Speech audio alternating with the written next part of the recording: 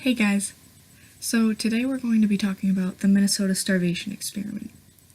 This was an experiment conducted by physiologist Ansel Keys in November of 1944 to see the social, behavioral, and psychological effects of starvation.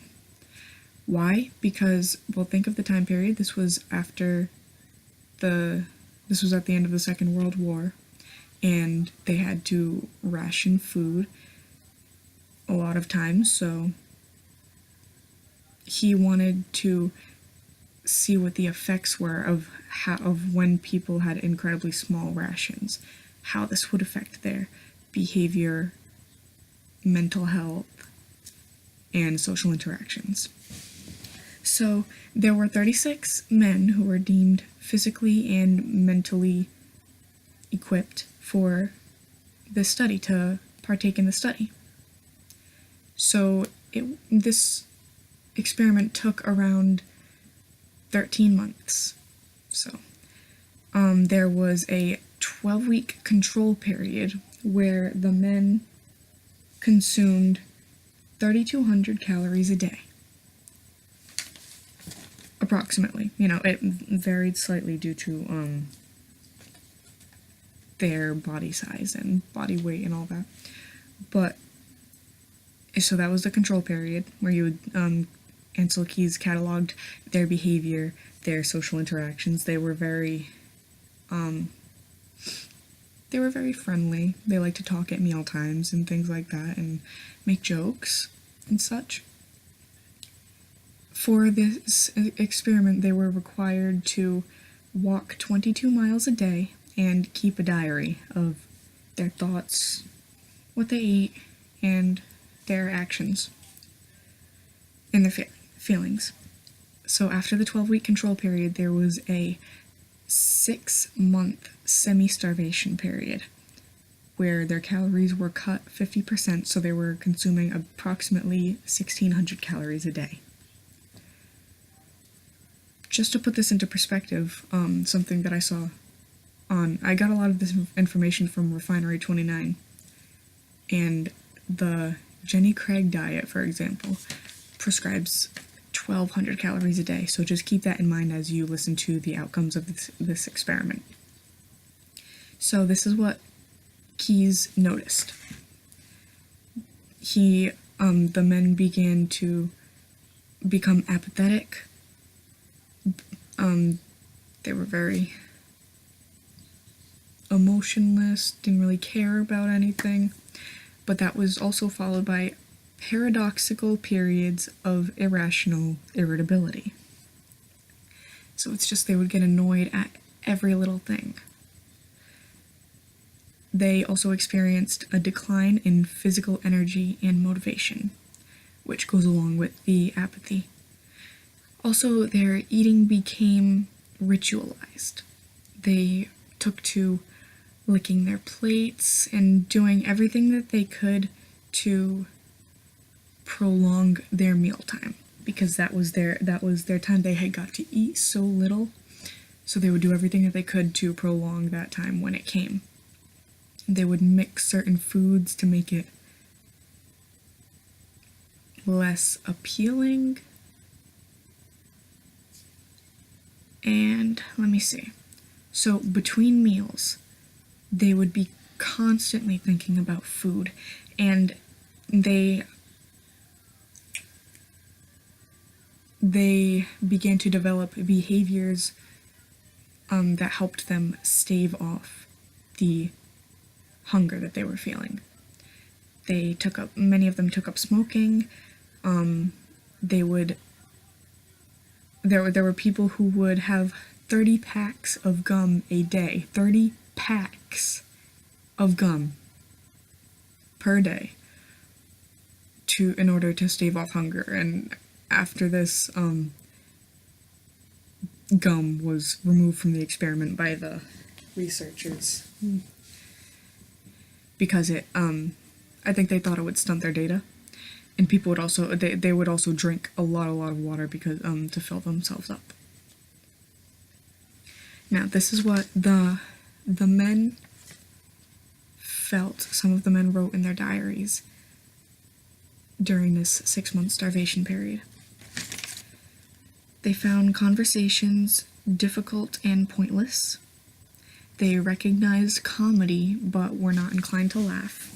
So they knew that something was supposed to be funny, but they weren't amused. They preferred seclusion. They, instead of and some people are regularly prefer seclusion, but this group in particular was very social and very amiable at the beginning of the experiment. So that's why this was peculiar, and why Keyes expressed this as an effect of the semi-starvation. And they were very resigned to being pushed. They didn't really care about being pushed around in a crowd. They were just uncaring. And this was how one of the participants described his emotions during this period. Permeating dullness gave way to moments of inexplicable euphoria followed by an emotional crash. So they would feel nothing for a while, and then they would get in a really, really good mood, and then they would just fall apart. Now, there was a subject who they found out was smuggling in extra food, so he was eliminated from the study because he was not following the protocol that the rest of them were. Now, when he was eliminated from the study and he got to go home, it was recorded that he felt so high, he stopped at 17 soda shops on the way, he was on the top of the world, he was flirting with girls, and he just felt like his best self. He said that the world looked much more beautiful and happy than ever before. But, and I think this is very telling of the experiment and the results of cutting your food intake drastically. He said, this degenerated into a period of extreme pessimism and remorse. He felt he had nothing to live for, that he had failed miserably to keep his commitment of staying on reduced rations. That's what the researchers collected after he left the study.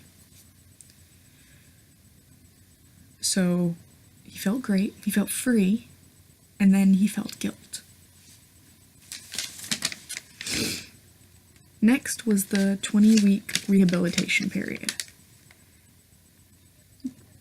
The physical recovery of the men progressed, so they were gaining back the weight that they had lost because they had become very lean, very emaciated, some of them during the previous period, and lack of energy, things like that. But what was interesting was that their mental health actually declined further. Their moods and social behavior stabilized around 3 months into the rehabilitation period. But many men attested to having eaten more or less continuously and continuing to binge at times up to 8 months after. Like 8 months into the, 8 months after. That's crazy.